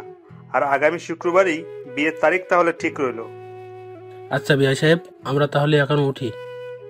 উঠবেন মানে? মিষ্টি মুখ না করে কোথাও যেতে পারবেন না। কই গো রবিউলের আম্মু, দাও বেয়াই বেইনকে মিষ্টি দাও। মৌয়ের বাবা চলে গেল। কিছুই বুঝতে পারছি না কি হচ্ছে সব। 10 মিনিট পরই মৌ আমাকে কল দিল। সরি, আমি তোকে আর কল দিয়ে কিছু বলতে পারিনি। বলবো কেমন করে আর? বাসায় এসেই দেখি আব্বু আম্মু আবার নতুন করে তোর সাথে বিয়ে নিয়ে কথা বলছে। আমি না করতেও বাজারে চলে গিয়েছে। বাজার থেকে মিষ্টি কিনে নিয়ে নাকি তোমাদের বাসায় যাবে, বিয়ে নিয়ে নাকি কথা বলার জন্য। কাকা কাকি আসছিল, আমাকে কিছু বলার সুযোগই দিল না। বিয়ের তারিখ ঠিক করে চলে গেল। বলো কি তুমি? তোমার বাবা মাও রাজি হয়ে গিয়েছে, তুমি কিছু বলো নাই কেন? আমি আর কি বলবো, আমার কাছে কেউ তো কিছু শুনলই না। আচ্ছা, তুমি একটু কাল আমার সাথে দেখা করতে পারবে? পারবো। কোথায়, কখন? বিকেল 4টায় লেক পারে চলে এসো।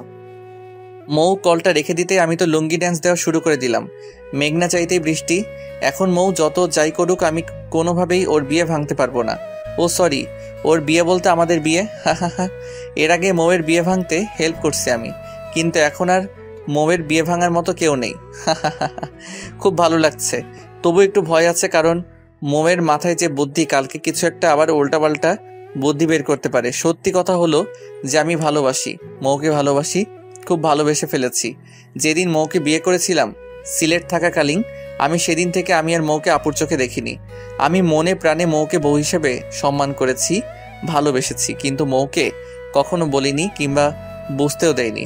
বাসা আসার পর হয়তো ভেবেছিলাম মৌকে হারিয়ে ফেলবো, কিন্তু দিন শেষে আমরা যতই চেষ্টা করি না কেন, উপরে একজন আছেন, সে যখন দিবেন তখন আর কিছুই লাগবে না। পরের দিন বিকেলে গেলাম মৌয়ের সাথে দেখা করার জন্য। যাওয়ার সময় মৌয়ের কিনে দেওয়া পাঞ্জাবি পরে গেলাম। লেক পাড়ে গিয়ে দেখি মৌ আগে এসে উপস্থিত। মৌ আজকে একটা সাদা রঙের ড্রেস পরে আসছে, খুব মানিয়েছে মৌকে ড্রেসটাই। কেমন আছো? আমার আর ভালো থাকা, তুমি তো দেখছোই একটার পর একটা বিপদ ছাড়ছে না আমাকে। একটা ভালো আইডিয়া দাও তুমি, তাহলে কি করব আমি এখন? একটা কথা বলি তোমাকে, তুমি যদি রাগ না করো। আচ্ছা বলো, রাগ করব না। না, কথা দাও রাগ করবে না। আর সাথে যা বলার তুমি আমার কথা পুরোটা শোনার পর বলবে। বলো। দেখো, বিয়ে তো একদিন তোমার কিংবা আমার করা লাগবেই, আর আমি তো ছেলে হিসেবে খারাপ না, তো তুমি চাইলে আমাকেই বিয়ে করে ফেলো। বিয়ে করার পর তো কাকা কাকি তোমাকে আর প্রেশার দিতে পারবে না, আর জুনিয়র বর পাওয়া অনেকটা ভাগ্যের। তোমার কথা বলা শেষ? বলা শেষ। থাকো তুমি তোমার আইডিয়া নিয়ে। তোমার থেকে এই আইডিয়া অন্তত আশা করিনি, আর আমি তোমাকে কখনোই স্বামী হিসেবে মানতে পারবো না। রাগ দেখিয়ে চলে গেল। যতই রাগ করো মৌ, এখন আর কোনো উপায় নেই। বউ হিসেবে তুমি শুধু আমারই হবে। রাতে মৌয়ের কল দিয়েছো কেন? তখন তো কিছু না বলে রাগ দেখিয়ে চলে আসলে। আমি কি বিপদে নেই? আমিও তো বিপদেই আছি। বিপদে মাথা গরম করে কিছুই হয় না, উল্টো আরো পরিস্থিতি খারাপ হয়ে যায়। আমি একটা আইডিয়াই তো দিয়েছিলাম, তুমি ভালো কিংবা খারাপ কিছু একটা বলতে পারতে, আর সেটা না করে রাগ দেখিয়ে চলে আসলে। তুমি আর আমি হয়তো ঠিক ছিলাম, আমরা 1 মাস এক বিছানায় থেকেও দুজনকে স্পর্শ পর্যন্ত করিনি, কিন্তু সমাজ এটা মানবে না। দিন শেষে আমরাও সমাজের নিকট দায়বদ্ধ। এখন যদি আমাদের বিয়েটা না হয়, তাহলে কাকা কাকি আর আমার বাবা মা স্বাভাবিকভাবে এলাকায় বসবাস করতে পারবে না। এক একজন এক এক রকমের কথা শোনাবে। তখন তাদের অবস্থাটা কি হবে তুমি বুঝতে পারছো কি? চুপ করে আছে মৌ। বেশ কিছুক্ষণ পর মৌ বলল, আচ্ছা, তবুও কি কোনো আইডিয়া নেই তোমার কাছে? এখন আমাদের জন্য চুপচাপ সব মেনে নেওয়াটাই ভালো হবে। পরে না হয় পরিস্থিতি স্বাভাবিক হলে তখন যে কোনো কিছু করা যাবে। আচ্ছা ঠিক আছে, তুমি খাওয়া দাওয়া করছো কি? না, খাইনি, একটু পর খাবো। আচ্ছা একটা কথা বলো তো মৌ। বলো। তুমি কি আমাকে মিস করছো না একটু? মিস করার কি আছে? তুমি তো আর মারা যাওনি কিংবা চলে যাওনি কোথাও, তাহলে মিস করার কি আছে? মিস করার কি আছে বলেই কলটা কেটে দিলাম মৌ। এমন করে কেমনে বললো বুঝলাম না। 1টা মাস থাকলাম আমরা একসাথে। 1 মাস তো একটা মানুষ যদি একটা বিড়ালকে সময় দেয়, তাকেও যদি 2 দিন সময় দিতে না পারে, তাহলে সেই মানুষটা সেই বিড়ালকে মিস করবে, এটা স্বাভাবিক নাকি? মিস করেও মিথ্যা বললো মৌ। যাক, এসব ভেবে মাথা নষ্ট করার দরকার নেই। রাতুলকে একটা কল দিলাম। দোস্ত কেমন আছিস? এই তো ভালোই আছি। তুই কি এই গ্রহে আছিস? আমি তো শুনলাম তুই মঙ্গল গ্রহে চলে গেছিস। শোন, মজা নেওয়া বাদ দে, এখন কাজের কথায় আয়। বল। একটা সুখবর আছে। সুখবর? কি সুখবর? আগামী শুক্রবার আমার আর মৌয়ের বিয়ে। কি বলিস মামা? তুই যে খবর শোনালি, আমার তো এখনই নাচতে মন চাচ্ছে। বাসায় অনেক কাজ করতে হবে, আমার তো তেমন কোনো কাজই নেই, তাই তুই কালকে চলে আব্বু তোকে আসতে বলেছে। আচ্ছা, আমি কালকেই আসতেছি। দেখতে দেখতে শুক্রবার এসে গেল। আমার খুব লজ্জা লাগছে, কেন যেন নিজেকে খুব স্পেশাল লাগছিল। কত আয়োজন, কত সাজ, সব আমারই জন্য। সময় যেন থেমে যাচ্ছে, একদম যাচ্ছে না। এর মাঝে মৌয়ের সাথে কয়েক দফা কথা হয়েছে। অনেক বোঝানোর পরও একই কথা, আমাকে বিয়ে করলেও স্বামী হিসেবে মানতে পারবে না। যাই হোক, বিয়ে হয়ে গেলে আমার ভালোবাসা ওকে নিজের করে নিব। মৌ আবার পালাতে চেয়েছিল, তাতে বুঝতে পারছি সুখ আর শোক একসাথে পেতে চলেছি। সব আয়োজন শেষ করে দ্বিতীয়বারের মতো কবুল বলছি। মনে মনে খুব হাসছি। 2 বার বিয়ে করে ফেললাম মৌকে। এতক্ষণ মৌকে আমি দেখতে পারিনি, এখন আমার পাশে মৌকে আনা হয়েছে। বিয়ের সাজে মৌকে এত ভালো লাগছে যে সেটা আমি লিখে বা বলে প্রকাশ করতে পারবো না। বিয়ের সব কাজ শেষ করে এখন ফেরার পালা। মৌ এমন ভাবে কান্না শুরু করে দিল, আমি তো পুরো ভ্যাবাচেকা খেয়ে গেলাম। সত্যি বলতে বিয়েটা মেয়েদের কান্না করাটা স্বাভাবিক, কিন্তু মৌয়ের চোখে কেন যেন আমি জল মানতে পারছি না। কারণ মৌ তো আর সত্যি সত্যি মন থেকে আমাকে স্বামী হিসেবে মেনে বিয়ে করছে না। তাহলে এরকম করে কান্না করার মানে কি? আবার এমনও হতে পারে মানুষের চাপে কান্না করছে, না হলে আবার লোকে কথা বলবে যে কেমন মেয়ে দেখো, বিয়ের দিনে একটু কান্না করছে না। কান্না করতে করতে আমাদের বাসায় চলে আসলাম। আমার রুমে আসতেই তো আমি পুরো চমকে গেলাম। এত ফুল আর এত সুন্দর করে সাজানো হয়েছে যেটা আমার কল্পনাতেও ছিল না। পুরো ঘরটাই রজনীগন্ধা আর গোলাপের ঘ্রাণে ভরে উঠেছে। বাসা ভর্তি মেহমান। রাত 11টা অবধি মৌয়ের কাছেই যেতে পারলাম না, আমার আত্মীয়রা মৌকে ঘিরে রেখেছে। 11টায় আস্তে আস্তে সবাই চলে গেল। রাতুল আমাকে এক প্রকার ধাক্কা দিয়ে ঘরে ঢুকিয়ে দিল। বিশেষ দ্রষ্টব্য, গল্পের সিজন 2 আসছে খুব শীঘ্রই।